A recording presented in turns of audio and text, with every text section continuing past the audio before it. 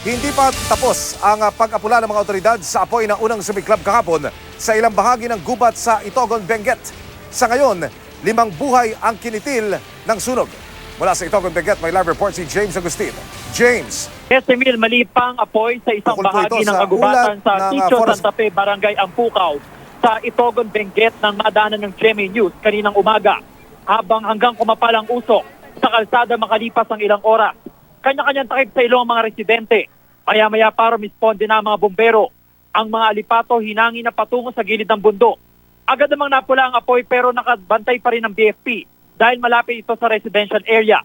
Kahapon nasa 7 hektaryang naapektuhan ng forest fire sa barangay Ampucaw din na nasasakupan ng Padcal Mine Philex Mining Corporation. Nasunog ang mga puno na ang iba ay nasa 50 taon na ang tanda, tulad na lamang ng mga pine tree. Nagkalat din ang mga alipato sa eskwelahan na muntik nang madami sa forest fire.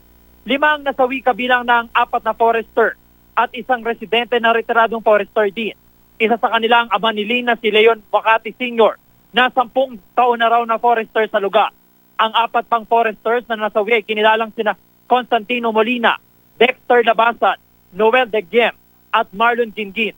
Dinala ang mga labi sa morgue ng isang ospital sa bayan ng Tuba. Ayon sa Soko, halos sunog na sunog ang buong katawan ng mga biktima. Natukoy ang kanilang pagkakakilanlan ng mga kaanak dahil sa mga suot na relo, bota o di kaya naman sa height ng mga biktima. Ayon sa BFP, umabot sa 2 alarma ang sunog na nagsimula tanghali kahapon at naapula kaninang alas 4 na madaling araw. Isa raw sa tinitingnan nilang sanhi nito ay ang kaingin. Ang puno naman ng Padcal Mine Philex Mining Corporation, ikinalungkot ang pangyayari. 10 lang daw ang forester nila, kaya malaking kabawasan ang pagkasawi ng 4 na empleyado. Bukod daw sa burial assistance ay magbibigay din sila ng financial assistance sa mga kaanak ng mga nasawi. Kaya muna pinakalitas mula rito sa Itogon, Benguet. Balik sa iyo, Emil. James, please, ilang katanungan lamang. Kung kaingin ng isa sa mga itinuturong ugat ng forest fire, maaari mo bang may paliwanag sa ating mga taga-subaybay? Paano ang nangyari?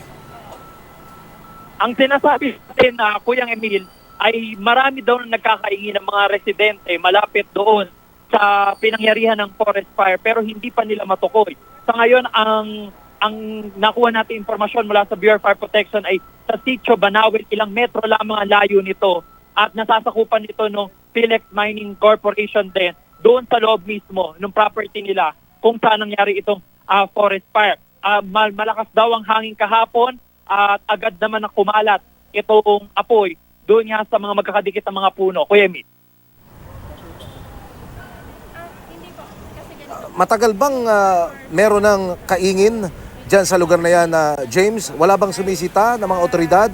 Paano sila nagkaroon ng permiso para gumawa ng ganyang sistema sa kagubatan ng Itogon? Sinasabi sa atin, Kuya Emil, yung mga residente rito na at yung mga tauhan ng Bureau of Fire Protection na karaniwan nakikita daw talaga nila yung kaingin na ito. Ito yung karaniwan sa mga ritual dito sa bahagi ng Itogon. Kaso na daw ito agad na nakokontrol ng mga residente. Ito daw forest fire na to karaniwan na raw for the last 2 weeks dito sa lugar. Pero agad naman din nakokontrol ng mga residente. Ang pinakamalaking nga lang na nangyari ng forest fire ay yung kahapon. Doon sa katanungan mo, ang next na move ngayon ng Bureau of Fire Protection daw ay makikipag-ugnayan sa mga lokal na pamahalaan para mapangaralan din yung mga residente na bantay mabuti yung kinakaingin nila dito sa lugar na ito ng Itogon, Benguet. Kamusta ang observation mo sa capability ng Bureau of Fire Protection pagdating sa pag-apula sa sunog lalo't nasa kagubatan?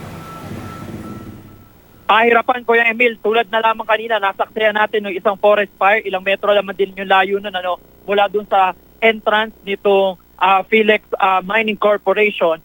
At ito'y nadaanan lamang natin at inabot din ng ilang minuto bago nakarating yung fire truck at nagkaubusan din ng tubig. Isang fire truck lamang yung rumisponde. Gayunman, sinasabi sa atin itong Padcal Mine Philex Mining Corporation na sila doon sa loob, nakita din natin, meron din silang sariling fire truck doon sa loob ng pasilidad nila. Yun nga lang kasi sa sobrang laki nung apoy kahapon ay hindi kinaya kaya sila ay agad tumawag sa Itogon Fire Station na nakaresponde matapos ng 1 oras dahil nga medyo may kalayuan yung lugar. Kaya Mula sa Itogon, Benguet, maraming salamat, James Agustin. Makapiling naman natin ngayon sa pamamagitan ng telepono ang Fire Marshal ng Benguet Provincial BFP, si Fire Chief Inspector Nestor Gorio. Major Gorio, magandang hapon. Welcome sa QRT. Magandang hapon din. Sa impormasyong nakala po ng News TV Quick Response Team, nagkaroon ng isa pang sunog sa Lower Salangan. Ito po yung nasa ibabang bahagi ng barangay Ampukaw. Ano po ang update ninyo dito, Major? Yung nangyari pong sunog doon sa ngayon, parang hiwalay po yun doon nangyari kahapon na sunog sa Ampukaw. Sa ngayon, medyo malayo sa kabahayan at parang minamanan ng mga kasama natin.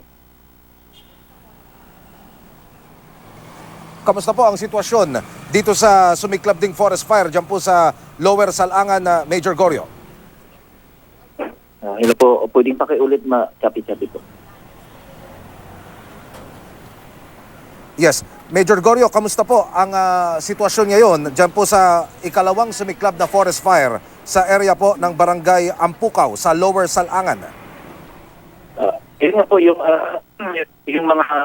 yung report po ng mga kasapatid doon, minamanmanan pa lang kasi malayo yung hindi siya accessible. So, ang ginagawa na lang ng mga kasama natin na minamanmanan kung ano yung behavior, kung saan susuot po.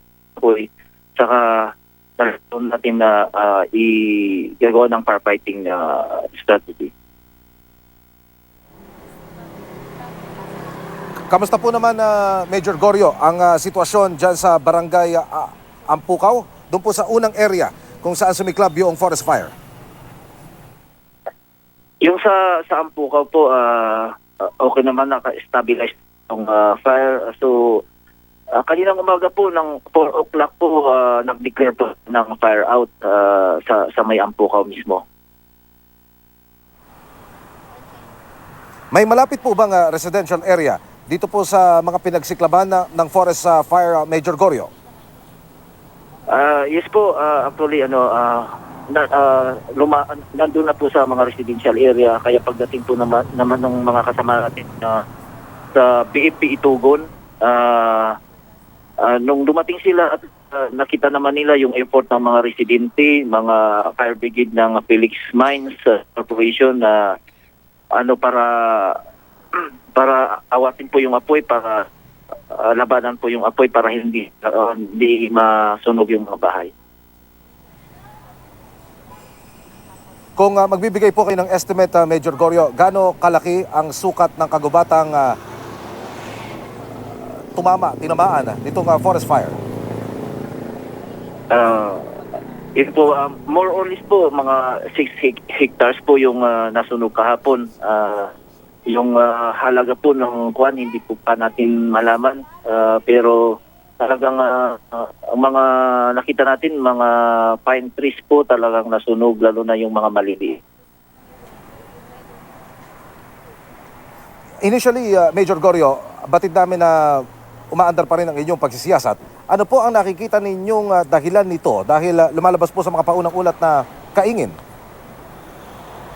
Yun din po yung tinitignan pa. Kasi initial po yung interview natin sa mga residente dyan, talagang kaingin po yung tinuturo nilang sanhe. Doon sa pinakababa kasi ng galing yung sunog. Ito po ay ipinagbabawal. Paano ho nagkaroon ng ito po may permiso ho sa inyo o sa lokal na pamahalaan dahil pinagbabawal ho yung kaingin? Paano ho nila na isasagawa ito, Major Gorio, sir? Kadalasan po kasi yung kaingin, wala talagang permiso ang mga yan at yun nga po yung kinaugaliang sistema ng yung gardening sa bundok, yung magsusunod talaga sila.